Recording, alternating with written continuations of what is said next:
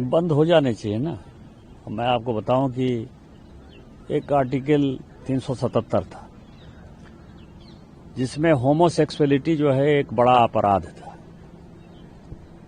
अभी Trump administration आया है, उसने क्या कहा है? उसने कहा है कि इस दुनिया में दो ही सेक्स है, या तो मेल है या तो फीमेल है। ट्रांसजेंडर की उसने बात नहीं की, होमोसेक्सुअलिटी की बात नहीं की।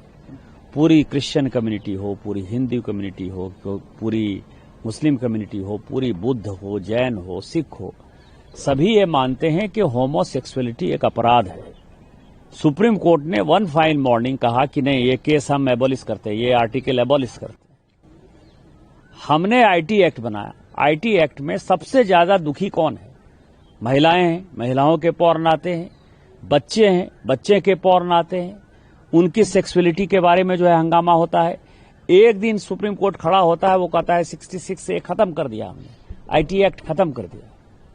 अभी आप समझिए, मैंने आर्टिकल 141 का बहुत बड़ा जो है अध्ययन किया है।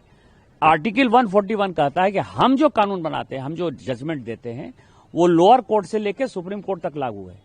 लोअर कोर्ट से लेकर सुप्रीम कोर्ट तक लागू है, लेकिन कानून बनाने वाला जो है, आर्टिकल 368 क्या कहता है?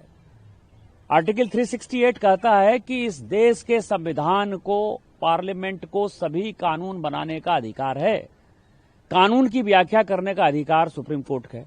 वो कह रहा है कि 3 महीने में जो है राष्ट्रपति बता दें कि क्या करना है, 3 महीने में गवर्नर बता दें कि क्या करना है, और उसके बाद आज जो है ये देश राम, कृष्ण, सीता, राधा, 12 ज्योतिर्लिंग से लेकर 51 शक्तिपीठ का है। सनातन की परंपरा है, लाखों साल की परंपरा है। आप जब राम मंदिर का विषय होता है तो आप राम मंदिर में कहते हो कि कागज दिखाओ, कागज दिखाओ।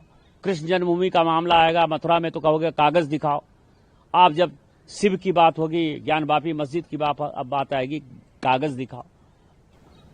और आज केवल आप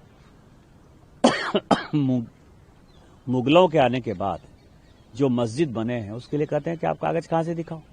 इस देश में धार्मिक युद्ध भड़काने के लिए केवल और केवल सुप्रीम कोर्ट जिम्मेवार है।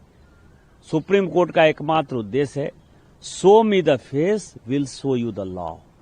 सुप्रीम कोर्ट अपनी सीमा से बाहर जा रहा है। सुप्रीम कोर्ट की सीमा यह है कि भारत का संविधान जिस कानून को बनाया, उस कानून की उसको व्याख्या करनी है, और यदि वो व्याख्या नहीं कर सकती है और सब कुछ के लिए सुप्रीम कोर्ट जाना है, तो इस संसद का कोई मतलब नहीं है, विधानसभा का कोई मतलब नहीं है, उसको बंद कर देना चाहिए।